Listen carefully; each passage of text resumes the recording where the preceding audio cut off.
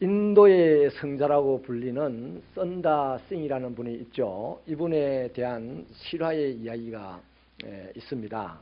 하루는 지인과 함께 먼 곳으로 여행을 가게 되었는데 몹시 눈보라가 많이 치는 그런 날 높은 산을 넘어서 가야 되는 그런 먼 여행이었습니다.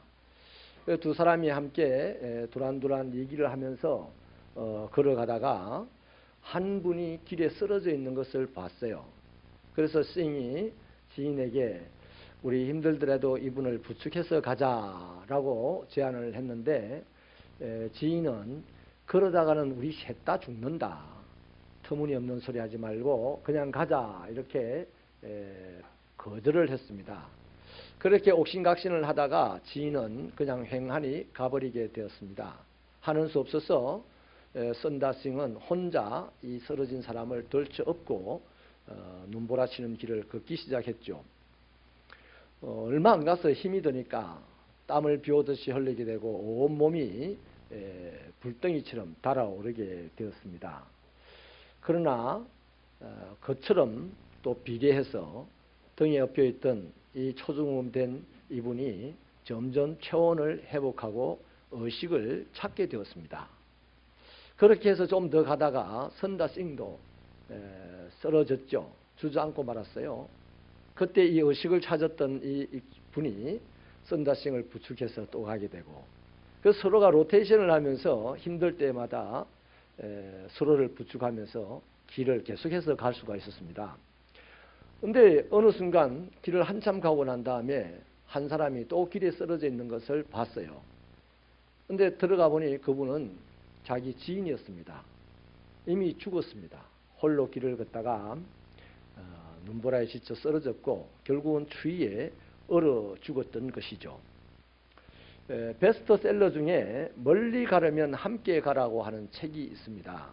이 책의 저자인 이종선 씨는 이 책에서 이 시대를 살아가는 현대인들의 가장 큰 장애는 하고 답을 하나 내는데요.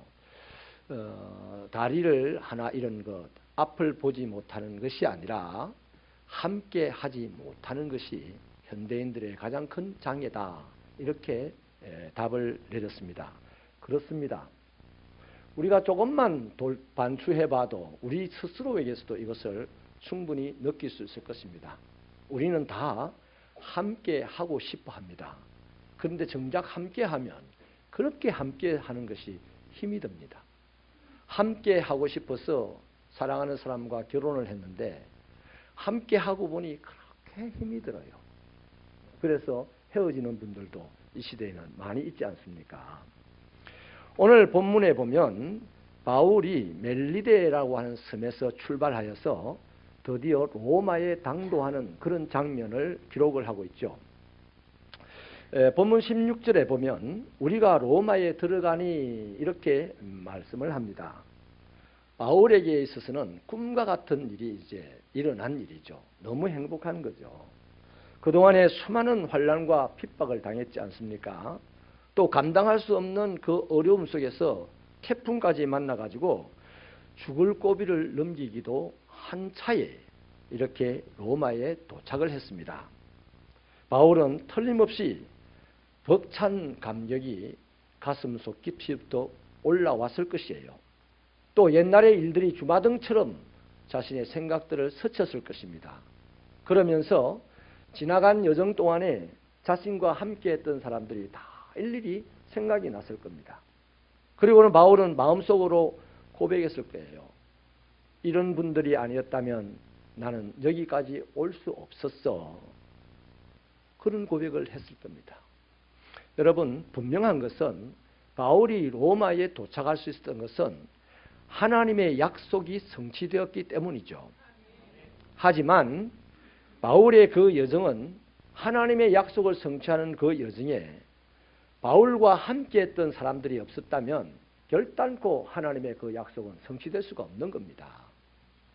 그래서 오늘 이 시간에는 하나님의 약속을 성취하기 위하여 바울에게 붙여줬던 사람들이 바울이 한 사람과 얼마나 함께했던가 하는 그것을 보면서 얼마나 바울의 삶이 행복할 수밖에 없는지를 깨달을 수 있게 되기를 바라는 거죠. 여러분, 우리 인생은 홀로 길을 걸어가기 시작했습니다. 그러나 인생은 끝까지 홀로 걸어가면 안 되는 것이 인생이에요.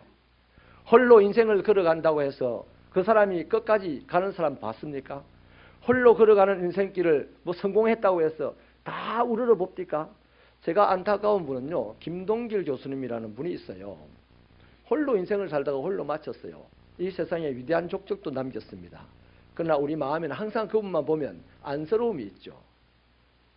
노년이 되어가면 갈수록 더 안쓰럽습니다. 이전에는 깔끔했는데 이제 노년이 되고 나니까 소매깃 또 헐었어요. 이전에는 바지에 주름이 짝짝 갔는데 이제 바지를 헐거머니한 거, 어리어리한 바지를 입고 그냥 TV에 출연하는 것도 봤습니다.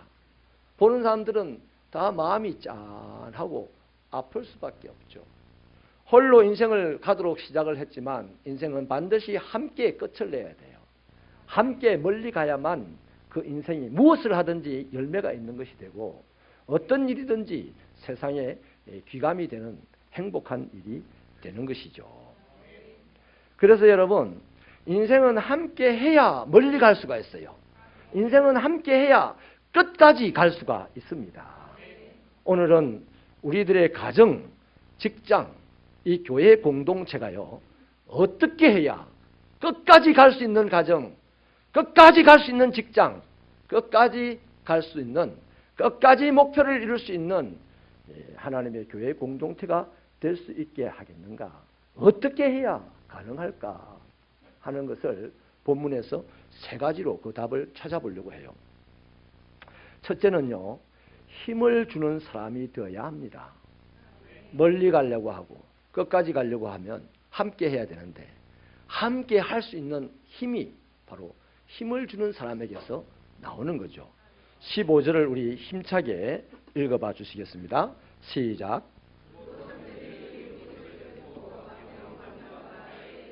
타베르네까지 맞으러 오니 바울이 그들을 보고 하나님께 감사하고 담대한 마음을 얻으니라. 여러분, 혼자 이렇게 살아가는 사람들, 혼자 길을 가는 분들 보면요, 왠지 긴장감이 보입니다. 뭘 잘해도 평안해 보이지는 않습니다. 왜? 두 사람이 할 일을 혼자 해야 되고 10사람이 할 일을 혼자 해야 되면 그만큼 긴장할 수밖에 없는 것이죠. 바울이 오늘 여기서 담대한 마음을 얻었다 이래요. 아니, 바울이 안 담대했습니까? 우리가 기억하는 바울은 담대했는데 담대한 바울이 또 담대함을 얻었다는 거죠. 그러면 바울 긴장이 됐다는 얘기입니다. 뭔가 두려움이 바울 안에 있었다는 얘기죠. 바울이 이 사람들을 보고 담대함을 얻었다 하는 이 말은 앞으로 로마에서 사역을 하게 될 수 있는 힘을 얻었다는 얘기예요. 그러니까 다시 남아있는 자신의 삶에 살아갈 자신감을 갖게 되었다는 것이죠. 누구 때문에요? 하나님 때문입니까? 아닙니다. 하나님이 보낸 사람들 때문이에요. 여러분, 로마에는 그리스도인들이 있었습니다. 그들이 로마에서 바울이 항구에 도착해가지고 앞비오 광장에 딱 섰을 때에 마중을 나왔던 것 때문에 바울이 담대한 힘을 얻은 거예요. 혼자서 예수 잘 믿고 막 으쌰으쌰 가는 사람 열심히 일하고 훌륭해요. 그러나 잘 보세요. 얼굴에 긴장이 가득합니다. 잘못 건드렸다가 맞아 죽을까 싶을 정도로 겁납니다. 그런 사람들이. 근데 여럿이가 함께 가는 사람은요, 별로 긴장 안 해요. 이해할 수 있는 은혜가 있기를 바랍니다. 여러분, 이 앞비오 광장에 바울을 맞이하러 나온 로마의 일련의 성도들은 70km를 걸어왔어요. 사실 로마에 도착한 그 항구에 도착한 바울도 몹시 지쳐 있지 않습니까? 지금까지 끊임없이 핍박을 당했고 환난을 겪었습니다. 아직 끝나지 않은 재판이 있습니다. 또 오는 중에 갑작스럽게 일어난 광풍을 만나서 배가 난파되기도 했잖아요. 그러니까 지금까지 오면서 한 번도 녹록했던 적이 없었습니다. 그래서 너무 힘들었죠. 오직 주님만 바라보고 가는 길이었지만 너무너무 외로웠습니다. 그러나 생각지도 못했었는데 이 로마의 성도들 몇이가 마중을 나왔죠. 그들도 그 당시 그리스도인으로 산다는 것이 몹시 힘들었을 텐데 모든 일들을 내려놓고 70km를 걸어왔어. 여기서 어디까지 가요? 진주쯤 되나요? 그 먼 거리를 걸어서 바울을 환영하러 나왔다는 거죠. 여러분, 바울은 로마의 형제들을 보는 순간에 어떻겠습니까?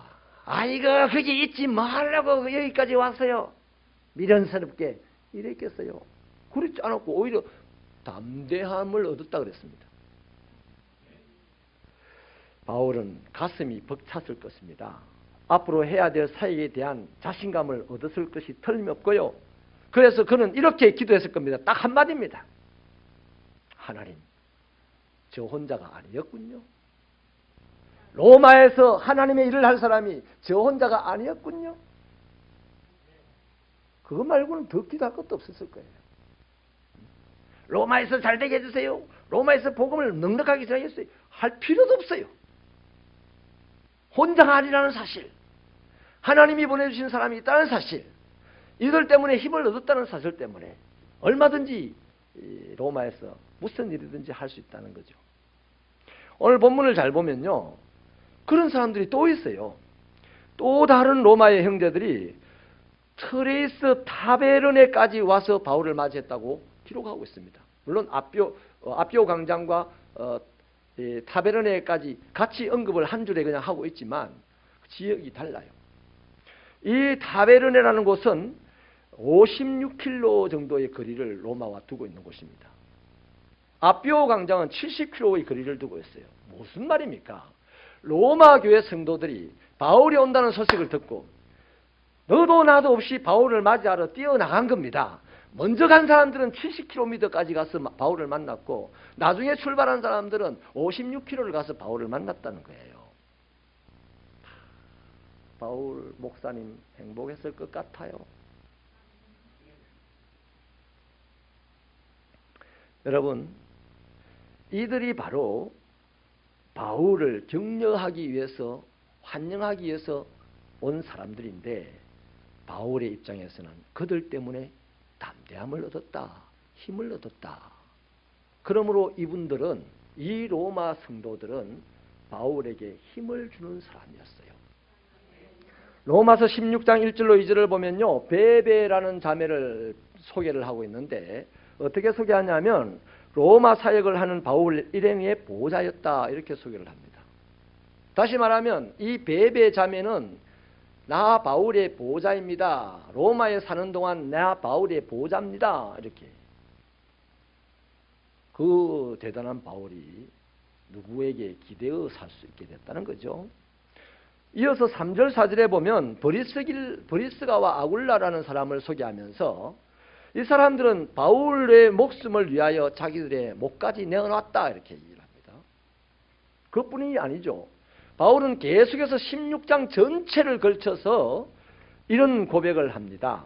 자신에게 힘을 주었던 사람들에 대한 얘기를 하고 있어요.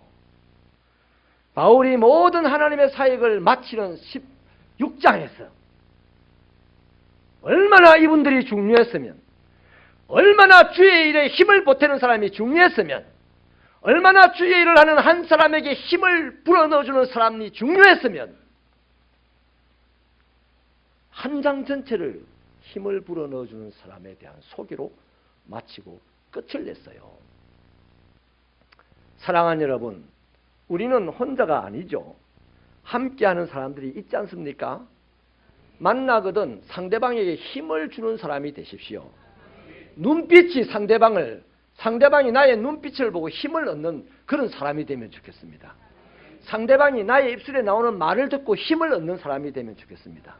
상대방이 내 손발의 행동을 보고서 힘을 얻는 그런 우리의 삶이 되고 사역이 되면 좋겠습니다. 그러면 우리 가정과 직장과 교회는 바로 힘을 주는 그 사람으로 말미암아 멀리까지 갈 수가 있고 목적을 이룰 수가 있고 끝까지 도달할 수 있는 거예요. 똑똑한 사람 때문에 아니에요. 돈 많은 사람 때문에 아니에요. 권세 있는 사람 때문에 아니에요. 힘을 불어넣어주는 그 사람들 때문에 작은 가정이든 조금 규모 있는 직장이든 더 규모 있는 교회든 모든 공동체는 멀리 가고 끝까지 가게 되는 겁니다. 당신이 나에게 힘을 달라가 아니라 하나님의 사람이라면 나 외의 다른 사람에게 힘을 주는 사람이 되어야만 하나님의 사람입니다. 우리 새벽교회가 그런 분들이 되셔서 새벽교회 모든 사역들이 잘 감당되어지고 주님이 오시는 날까지 건재할 수 있는 교회가 되기를 축원합니다. 두 번째는요, 상대를 용납해야 합니다. 함께 멀리까지, 함께 끝까지 가려면, 목표를 이루려면 상대방을 용납하는 사람이 되어야 돼요. 우리 14절을 힘차게 읽어주십시오. 시작.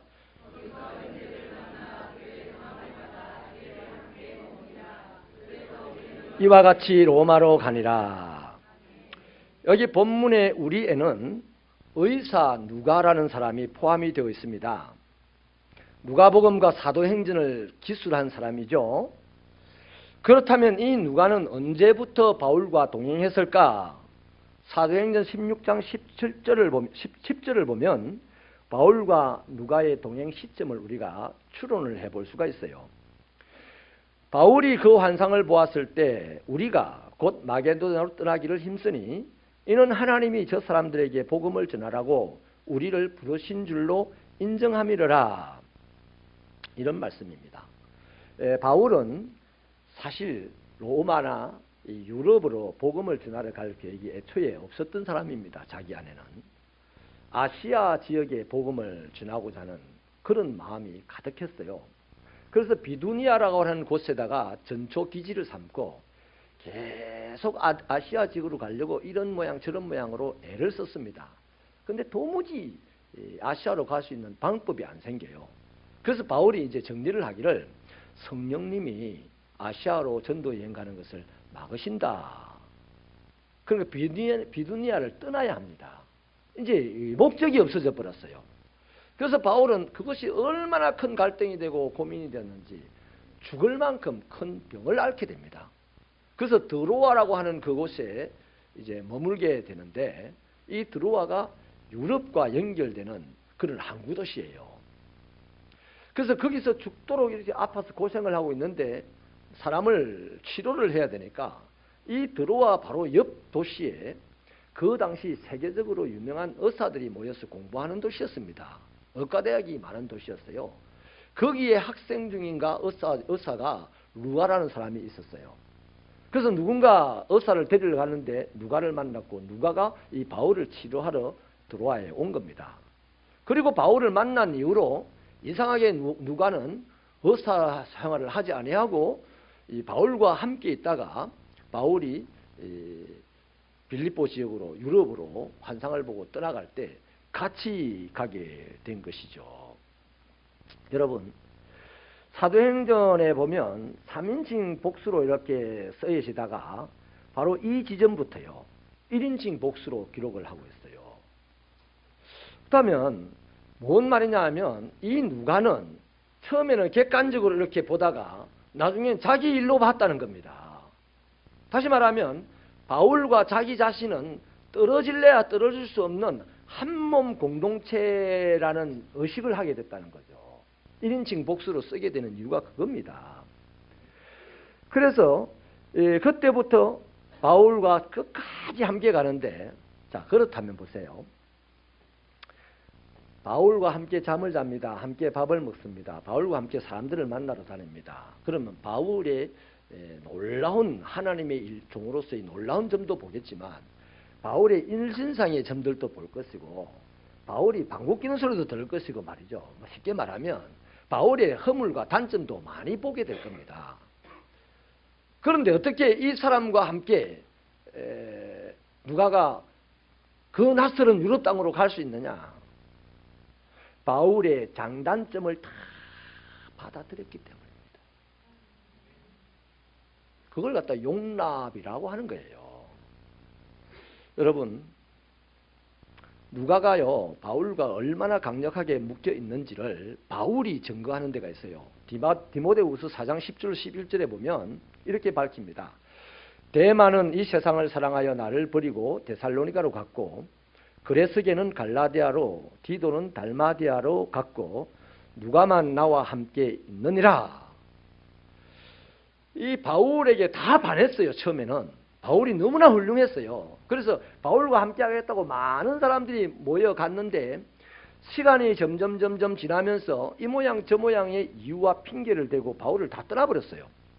그 말은 바울이 그 사람들을 다 통솔할 수 없는 단점도 있을 수 있을 것이고, 또 그 사람들이 바울에게 있어서 실망이나 회의도 있었을 것이고, 또 바울보다 더 훌륭한 것을 봤을 수도 있을 것이고, 더 재미있고 자기에게 유익한 것이 다른 데 있다는 것을 봤기 때문에 이런 모양 저런 모양으로 핑계를 대고 바울을 다 떠나버렸습니다.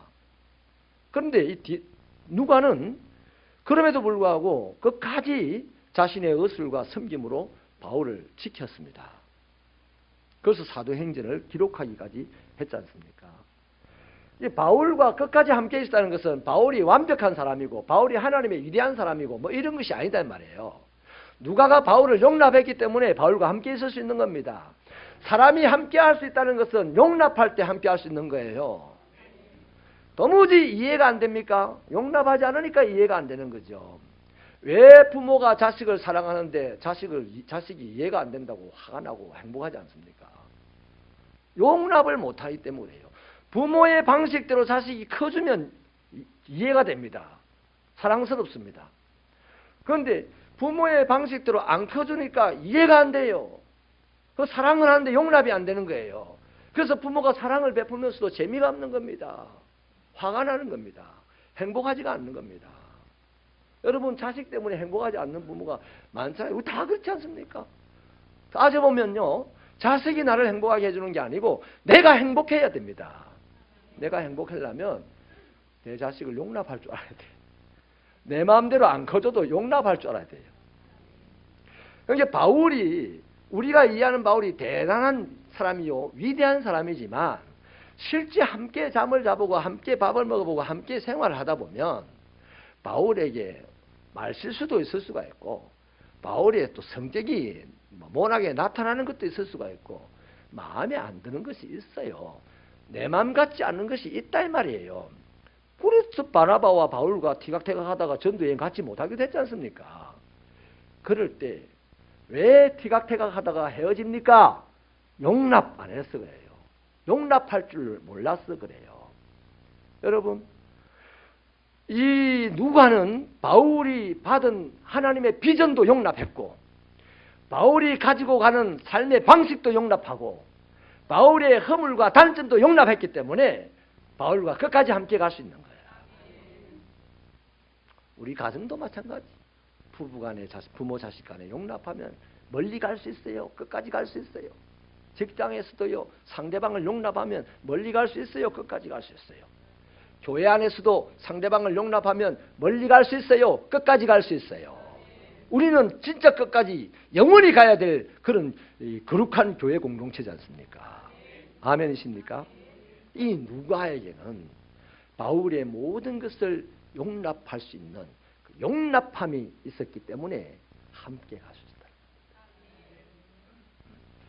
사랑하는 여러분, 함께 하시길 원합니까? 다 원하죠. 그러나 처음에 말씀드린 대로 함께 하기를 원하는데 함께 해보면 그렇게 힘이 들어서 함께 안 하는 거라. 함께 하시기를 원하면 함께 해야 멀리 갑니다. 함께 해야 끝까지 목표를 이룹니다. 그 함께 하려면 상대방을 용납할 줄 알아야 됩니다. 내가 용납받으려고 하지 마시고 상대방을 용납하는 능력 있는 그리스도인이 되시기를 바랍니다. 세 번째는요, 하나님의 은혜를 기억해야 합니다. 11절을 같이 읽어주십시오. 힘차게 읽어주세요. 시작. 우리가 그 섬에서 겨울을 난 알렉산드리아 배를 타고 떠나니 그 배의 머리 장식은 디오스구르라. 여러분, 누가를 포함한 바울과 그 일행은 알렉산드리아호를 타고 들어갔어요. 이 본문에는 그 배우의 머리 장식을 소개하고 있는데 그 장식이 디오스구로다 이렇게 분명한 이름을 적어놓고 있습니다. 이 디오스구로라는 이름은요, 기독교인들이 쓰지 않는 이름입니다. 쓸 수 없는 이름이에요. 성경에 이 더러운 이름이 쓰여져 있어요. 이건 제우스 신의 쌍둥이 아들 이름이에요. 그 당시 모든 배에는 이 제우스 신의 쌍둥이 아들의 형상을 배 앞머리에 달고 다녔어요. 왜냐하면 그들은 이들이 디오스구로가 우리의 항해를 이끌어 주시고 난파되지 않도록 하시고 풍랑을 잠재워 주실 거라고 믿고 살았기 때문에 모든 배에는 디오스구로를 뱃머리에 딱 달고 다녔습니다.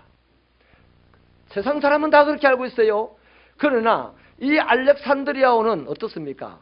멜리데섬에 도착하기 전에 이미 한번 난파되었어요. 그래서 이 알렉산드리아호가 다시 배가 수선이 되어가지고 멜리데섬에서 로마에 오지 않았습니까? 그러면 세상 모든 사람들은 지금도 디오스구로라는 이것이 그 당시 모든 세상 사람이 이 바다를 지키는 신이다라고 이해를 하고 있는데, 적어도 알렉산드리아를 타고 바울과 함께 로마에 들어간 로마 시위대라든지 그 배 탔던 사람 모두는 이 사실을 분명하게 알고 있습니다. 이 디오스구로가 여태까지는 바다를 지키는 신인 줄 알았는데, 우리가 로마까지 온 것은 디오스구로 때문에 온 것이 아니고 바울이 믿는 하나님의 은혜로 이 로마에 도착하게 되었다. 아무도 몰라도 이 배 타고 온 사람은 다 알아요. 그것을 역설적으로 지금 보여주기 위해서 성경에 이 재수 없는 우상신의 이름을 기록하고 있는 거예요. 할렐루야! 여러분, 각기 다른 우리가 함께 할 수 있는 것도요, 하나님의 은혜 때문입니다. 그래서 하나님의 은혜를 많이 기억하고 하나님의 은혜를 깊이 기억하고 살아가는 사람은 내하고 다른 사람을 용납할 줄 압니다. 내 맘 같지 않는 사람을 받아들일 줄 알아요. 그러나 반대로 하나님의 이름을 기억하지 않거나 하나님의 은혜를, 하나님의 은혜에 대한 의식적인 사고가 없는 사람은요, 만나자마자 자기의 식견을 가지고 판단합니다. 아, 마음에 안 드는 사람, 아, 재수 없는 사람, 아, 오늘도 내가 여기 앉아야 되나? 용납하지 못하는 거죠. 그러나 하나님의 은혜가 있으면 나같이 이 더러운 죄인도 용납하신 그 하나님께서 내 옆에 계신 이분도 용납하시는구나, 나도 용납해야지 할 수 있는 거예요. 내같이 이렇게 무력한 사람에게도 힘을 불어넣어 주신 하나님이시니 이 연약한 사람에게 나도 힘을 불어넣어 줘야지, 이게 되는 거라. 이 하나님의 은혜만 기억해도 신앙생활 잘한다니까. 신앙에 열심히 있는 사람들이 하나님의 은혜를 기억하지 못하면요, 지 열심 가지고 열심 없는 사람 막 정죄하는 거야. 그 시간 얼마 안 가서 그 교회가 풍비박산 나는 거는 불을 보듯 뻔한 거죠. 이런 게 싫어요. 이런 게 싫어요. 이런 게 싫다고.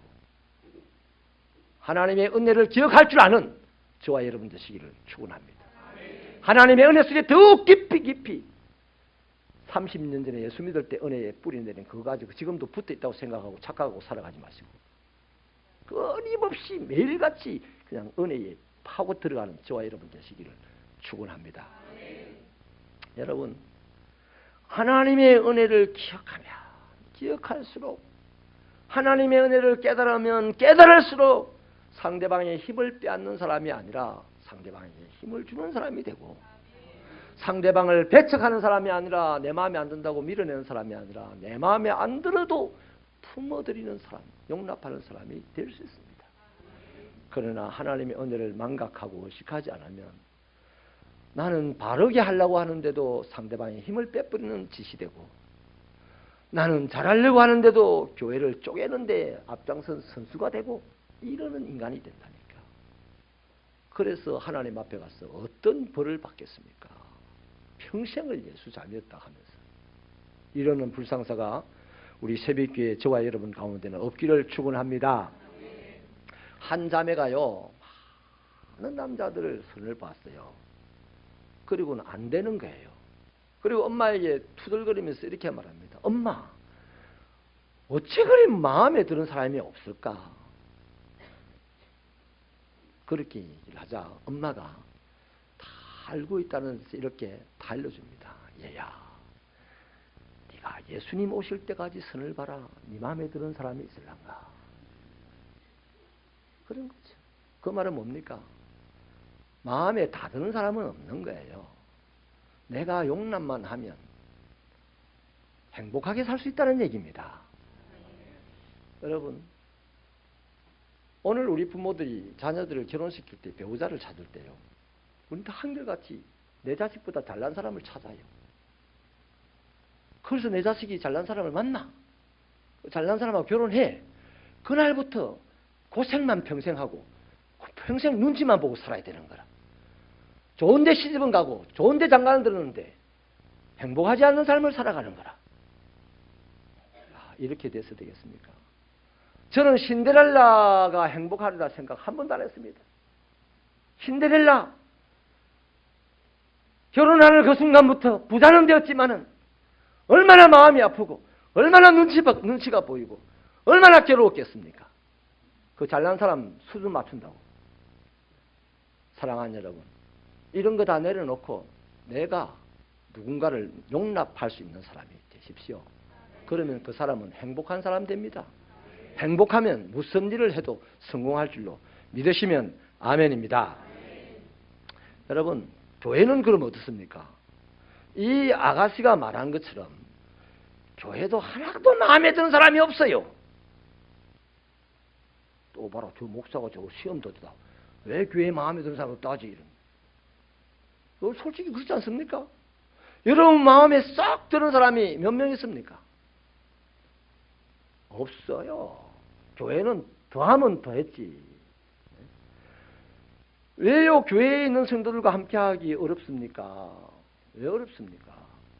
모든 사람이 하나님의 은혜로 마음에 들어요 이러면서도 목사님 저 사람하고 함께하기 싫어요 이런 사람이 있습니다. 거짓말한 사람입니다. 하나님의 은혜를 지금 제대로 모른다는 얘기예요. 여러분, 교회라는 곳이 어떤 곳입니까? 정상적인 사람이 모인 곳이 아니에요.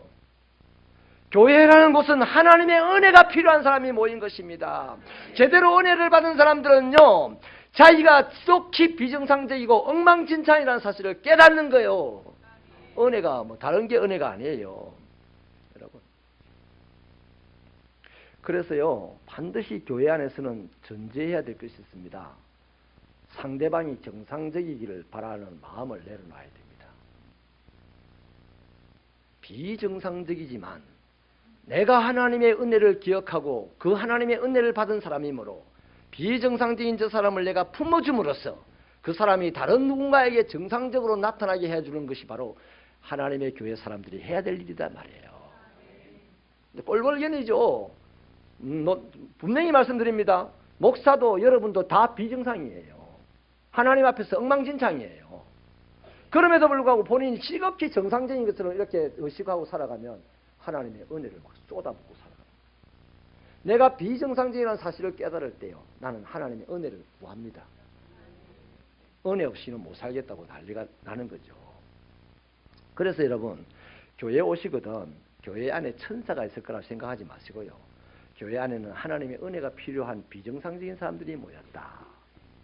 그래서 그 비정상적인 사람들을 내가 용납해야 되고 내가 힘을 불어넣어야 줘야 되고 해야 된다 하는 의식을 가지고 신앙생활을 하시기를 축원합니다. 담임 목사가 완벽하리라는 환상을 깨트리고 벗어나십시오. 담임 목사가 지독하게 부족한 사람이라는 것을 아시고 담임 목사에게 힘을 불어넣어 주시고 담임 목사를 용납해 주시면 그때 담임 목사는 담대한 힘을 얻었어. 못난 것이 열심히 한다 이 말이에요. 할렐루야.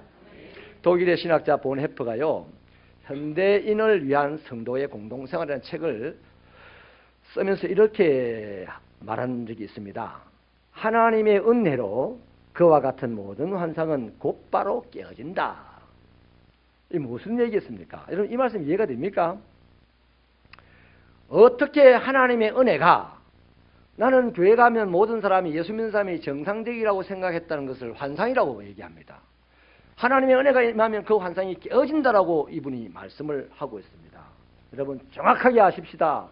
은혜라는 것은 내가 바라는 대로 이루어지는 것이 은혜가 아니요. 그렇게 생각하면 그 사람은 우상숭배자고 별반 다를 것이 없습니다. 은혜라는 것은 내가 망가질 대로 망가진 비정상이라는 것을 깨닫는 것이 은혜의 시작입니다. 그럴 때 드디어 주님 없으면 못 살겠다고 막 난리를 치면서 주님의 품을 파고드는 거죠. 거기서부터 내가 비정상이라는 사실을 깨닫는 은혜가 시작되면서부터 우리는 주님을 스스로 찾게 됩니다. 그 사람은 목사가 교회 오지 마라 해도 교회 옵니다. 그런데 이 은혜를 깨닫지 못하고 나는 지극히 정상적인 신앙생활을 합니다라고 하는 의식을 가지고 살아가는 사람은요. 목사가 본인을 쳐다만 안 줘봐도 목사가 사랑이 없네 이러면서 교회 안 온다 그럽니다. 희한한 일이죠. 여러분 은혜를 기억하시는 저와 여러분 되시기를 바랍니다. 그래서 이 하나님의 은혜를 기억하지 못하면요 우리는 상대방에 대한 환상, 자기 환상만 가지고 있다가요 그 환상을 가지고 그냥 살다가 봉사하다가 그냥 교회를 파괴하는 자가 되고 마는 거죠. 자기는 파괴 안 했다 그래. 그래서 보네프는요 이렇게 말합니다. 이런 환상은 빨리 깨질수록 개인과 공동체 모두에게 유익하다. 크리스찬 공동체의 실제 모습이 아닌 자기만의 환상을 더 선호하는 사람은 아무리 자신의 의도가 정직하고 진실하고 헌신적이라고 하더라도 결국에는 크리스천 공동체를 파괴하고 만다. 우리가 다 그럴 가능성이 있다고요. 그러니까 하나님의 은혜에 깊이 몰입하시기 바랍니다. 하나님의 은혜를 잊어먹지 않는 기억자가 되시기를 바랍니다. 사랑하는 여러분, 가정이든 직장이든 교회든 크리스찬이 속한 공동체는요 주님이 오실 때까지 끊임없이 멀리 가야 합니다. 그리고 주님이 주신 비전이 끝까지 이루어지도록 해야 하는 거죠. 이 사막에 아주 그 이파리가 나가지고 바닥을 쫙 기어가는 풀들이 있어요. 식물이. 어떻게 낮에 40도가 올라가고 밤이 되면 영하 20도, 30도 내려가는 거의 70도 가까운 기온 차이를 매일 겪으면서 그것들이 그렇게 성장할 수 있을까? 답은 뿌리에 있었습니다. 그 뿌리 하나가 3kg, 4kg씩 그냥 길어나가는 거죠. 그럼 뭔 말입니까? 이것이 발아해서 이 잎이 세상으로 나오는 순간부터 그 뿌리는 지금까지 한 번도 쉬지 않고 끊임없이 물을 향해서 빠져갔다는, 길어져 갔다는 겁니다. 오늘 우리도 마찬가지예요. 하나님의 은혜 한 번 받았다고 그거 가지고 괜히 나는 정상이네 어떠네 하면서 폼만 잡고 살다가 뿌리가 없어져 버린 걸 모르고 어느 환란에 어느 기분 나쁜 날에 그냥 신앙도 송두리째 날아가 버리는 그런 인생들이 허다한 거라. 이 시대. 저와 여러분은 오늘 이후부터라도 은혜를 향하여서 끊임없이 믿음의 뿌리를 계속 뻗쳐나가야 되는 겁니다. 쉬지 않고 뻗쳐나가야 됩니다. 죽을 때까지 뻗쳐나가야 되는 거예요. 그래야 그리스도의 장성한 분량에 이르게 되는 것입니다. 그렇게 되기를 축원합니다. 그래야만 우리의 가정과 직장과 우리가 섬기는 교회는 진정한 가정이 되고 훌륭한 직장이 되고 번성하는 교회가 된다는 거예요. 교회다운 교회가 되는 것이죠. 이를 위하여 가장 필요한 것이 뭡니까? 바로 망가진 나 같은 사람, 나같이 더러운 사람 안에 들어오셔서 함께 하시는 하나님의 은혜죠.